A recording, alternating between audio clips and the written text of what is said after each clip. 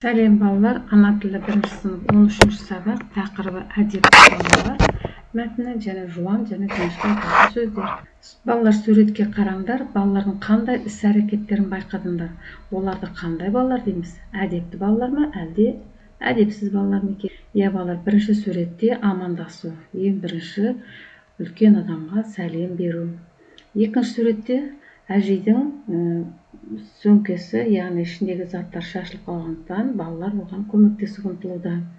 3-ші суретте атайды автобустың көліктен түсіруі болса, 4-ші суретте бала әжеге жаңа өзінің орнын берді. Ал 2-ші бала теріс қарап, терезеге қарап отыр. Яғни бұл баланы біз әдепсіз бала дейік. Ендеше бүгінгі біздің тақырыбымыз әдепті балалар туралы екен. Балалар, мәтінмен таныспас бұрын алдымен суретке қарайық.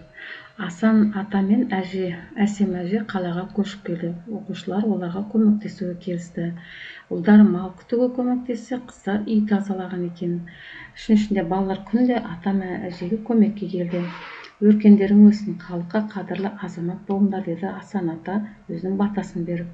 Ал әсем әже дастархан жайып, балаларды тәтті тағаммен сыйлады.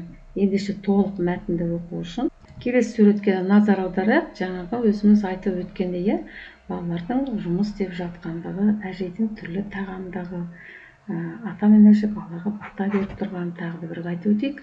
Енді толық мәтінді оқиық. 1-ші жаттығу тақырып бойынша мәтіннің мазмұны болса, мәтінді тыңда. Яғни біз әдепті балалар деп. Жақында Асан атаның баласы қалаға көшіп кетті. Оқушылар Асан ата мен әсем әжеге көмектесуге келісті. Толағай: ұлдар мал күтуге көмектесін, ал қыздар үйді тазаласын, деді. Балалар күнде ата мен әжеге көмекке келді. Өркендерің өсін, халыққа қадірлі азамат болыңдар, деді Асан ата. Әсем әже дастархан жайды. Ол бірлік пен татулықтарың үшін ризамын, деді. Әдібай табылды. 1926 жылы 2 қаңтарда Жамбыл облысы Тұрар Рысқұлов ауданы Жаңа Тұрмыс ауылында дүниеге келген. Сұраққа жауап берейік. Балалар қандай қамқорлық жасады? Әже оларға не деді? Және мәтінді біз әр бөлігіне не туралы айтылғанын айтып өтейік. 1-ші бөлікте Асан ата мен әженің қалаға көшіп келгені, оқушылардың оларға көмектесуге келгені.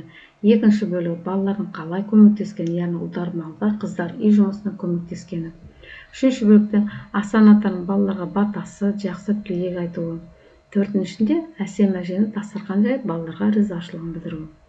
Әңгіменің негізгі идеясы үлкендерге көмектесу, әдепті, еңбекқор, мейірімді болу. 3-ші, әдепті балалар қандай болады? Үлкендерді сыйлайды, көмектесуге дайын тұрады, еңбекқор болады, ізетті, тәртіпті болады, жақсылық жасауға ұмтылады. 4-ші, автор мәтін арқылы не айтқысы келді? Автор балаларды әдептілікке, үлкендерді құрметтеуге, көмек көрсетуге тәрбиелегісі келді.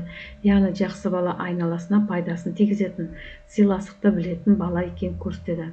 Әдепті бала көмектесетін, сыйлайтын, жақсы мінезді бала, тағы да бір айтып өтті. Әже балалардың бірімен тату, ұйымшыл болып, бірге көмектескені риза болып отыр. Бірлік, бәрі бірге, ынтымақпен жұмыс істеу, татулық, ұрыспай сыйласып, дос болып жүру. Ризамын, көңілім толды, рахмет айтамын деген сөз еді. Сендер де өте ұйымшылсыңдар, бір-бірімен тату екенсіңдер, соған қуаныштымын дегенді білдіреді. Бірлік пен татулық жақсы балалардың ең басты қасиеті. Әдепті балалар сөздеріне неше дауысты дыбыс бар? Олар қалай есі, жуан ба, жіңішке ме? Әдепті дегенде ә, е, жіңішке дауысты дыбыстар. Балалар дегенде а, жуан дауысты дыбыстар екен. 2-ші жаттығу мақалды жатқа жаз. Үлкенге құрмет, кішіге ізет. Үлкенге құрметтеп, үлкендердің ақыл кеңесін тыңдап, олардың тәжірибесінен үйрену өте маңызды. Кішіге ізеттеп, кейінгі ұрпаққа мейірімділік пен қамқорлықты білдіреді. Мақалды өмірде қолданып, адамгершілік қасиеті ұстана білу керек. Үлкенге е, жіңішке дауысты дыбыстар, кішіге е, жіңішке, ізет е, жіңішке, құрмет деген о, е дыбысы үндесінде бағынбайтын, о жуан, е жіңішке сөздердің бірі. Мысалы, өнерпаз, кітап деп жаңа айтып өткендей. Есте сақта, сөздегі дауысты дыбыстар жуан болса, сөз жуан айтылады екен. 3-ші, моншақтардағы сөздерді оқы, сөздердің айтылуына назар аудар. Оларды түсіне қарай топтасып, бір сөзбен қалай айтылады. Мысалы, сарын алайық: арыстан, жолбарыс, яғни жуан сөздер, ол жыртқыш аңдар екен. Шағала, қарға көк түсті, шағала қарға жуан сөздер, бұлар құстар. Үшінші, қызылда қой, бота. Қой, бота жуан сөздер, яғни үй жануарлар екен. Дәптермен жұмыс, и дыбысын көркем жазамыз, қысқа и. Екінші атау жаңа айтып өттік. И дыбыс сөздің ортасында, соңында кездеседі екен. Йод, йогурт деген сөздерде кездеседі. Жуан дауысты дыбысы бар сөздердің атаның үйіне, жіңішке дауысты дыбысы бар сөздер әженің үйіне. Яғни бұл жерде біз бірінші атаның үйіне, аға, бауыр, ана, қарындас, яғни жуан сөздер, әже, әке, сіңлі, әпке, жіңішке сөздер екен. Балалар, бүгін біз әдепті балалар туралы әңгіме айттық, оқыдық.